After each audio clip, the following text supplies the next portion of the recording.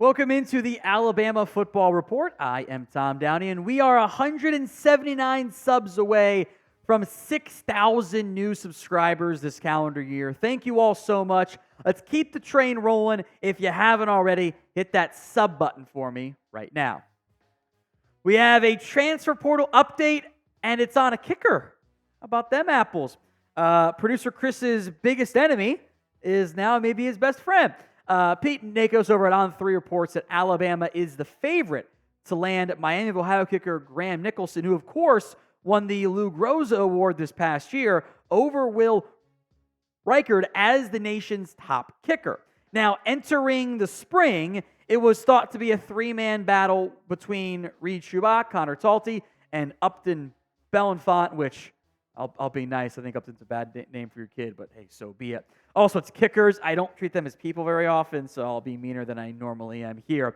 Nicholson would be a significant get for the Crimson Tide. OSU also heavily involved on that front there, as he chose to hop in the portal. And no one knows better than me about Graham Nicholson since I went to Miami of Ohio, and he challenges my kickers aren't people theories. Of note, I think he's getting it back from somebody, which is weird for a kicker, but hey, good for him. During A-Day, nobody really stood out as a winner among the kicker. I think the goal was Conor Talty would be the guy. Maybe he needs a little bit more time. As someone once told me, kickers are football players too. I disagree with that part. But they also need development and time, just like other positions do. Now, Kalen DeBoer said the kicker competition is wide open at the moment. But if you read between the lines of this quote, makes it sound like he didn't love what he saw. Here's what Kalen DeBoer said. At the kicker position, it's kind of everyone's had their days.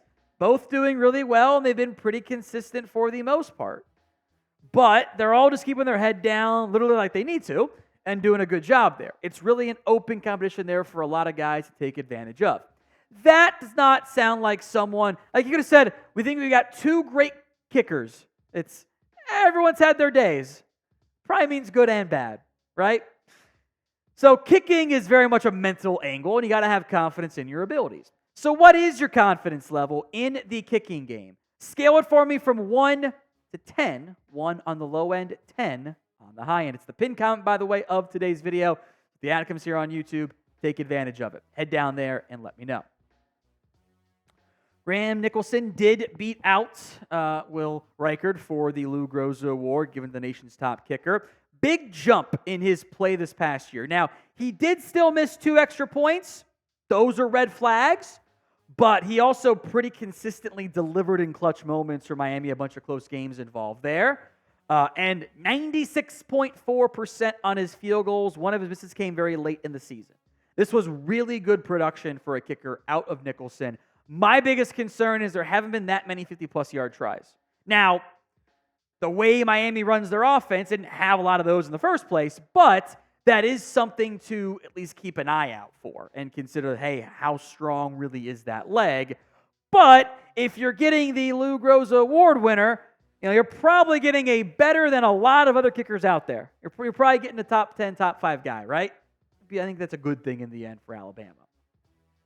Now, speaking of Bama, jerseys are on sale, up to 30% off over at chatsports.com/Alabama jersey.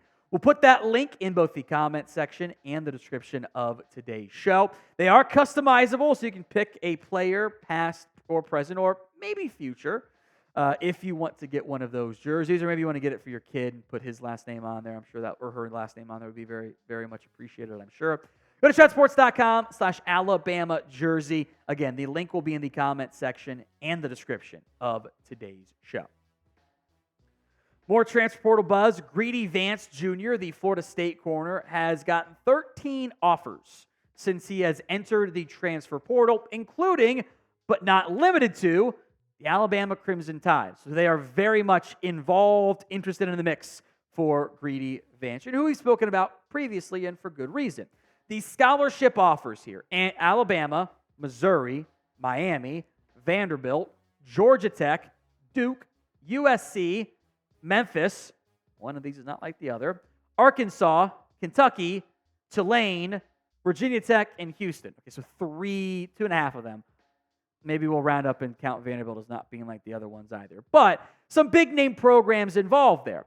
And Vance has already scheduled visits. He's going out to USC April 18th to the 21st. And then the next weekend, end of the month, or I guess he's in USC right now, I should say, or at USC right now, I should say. And then later next week, heading down to Kentucky. So 2 different trips there involved. I would like to see a visit planned. This is, I think, one of the better available options in the secondary, and it would be nice to pull one of those in. There also isn't necessarily a real rush, and outside of getting into the portal before it closes. They technically don't have to pick and enroll until August. That's the last day to drop out classes at Alabama, so you've got time, and it's a football player, so it's not like you're a normal person. They'll fast-track your admission stuff. But you want them in by the summer. You want them in before that because you want them in for fall camp and everything, and they're getting up to speed. Of note, by the way, there are also still 11 spring games left. So I doubt we've seen the last of the notable players hopping on into the transfer portal. The notable spring games remaining: Arizona State, April 26th, Maryland, Nebraska, West Virginia, TCU, Rutgers, Oregon, UCLA, Washington State, and Colorado all have theirs on April 27th. And then Washington is super late in the process on May 3rd after the portal closes, although I would argue these players typically know where they sit on the depth chart before then, and they'll be able to make up their minds if they need to by the time the transfer portal closes. So will Bama get any more transfers into the program? Sound off. Y for yes, N for no. Before we go, I do want to give Kalen DeBoer some praise here. Not knock on wood, since the portal's not closed yet, but the spring game's over, and it's been a pretty light potential second wave of players hopping the portal, not just for Alabama, but for really most of college football, it feels like. I think DeBoer deserves some credit because a lot of players could have said, I'll take the we'll see approach. Let's see how it goes. I can always hop in the portal in the spring. Not many guys have left at this stage. Here's what Kalen DeBoer said on being able to retain all these players and the doom and gloom news nation of everyone's gone from Alabama, and then even Kadyn Proctor comes back, saying, quote, I'm proud of developing some relationships. I'm proud of how they've really helped show guys their role on the team and help the buy-in to those roles happen.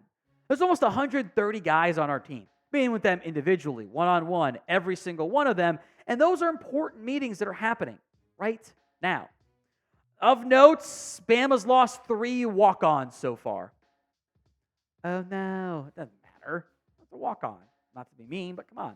There's still 9 days left to enter the transfer portal at this stage. So there could be a few more guys that hop in. That's the deadline to enter, not to commit to a new team, by the way.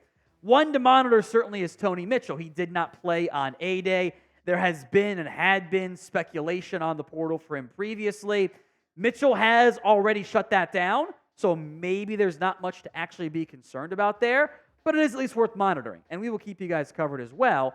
But early returns, for as bad as it could have been for losing Nick Saban, not that bad, relatively speaking.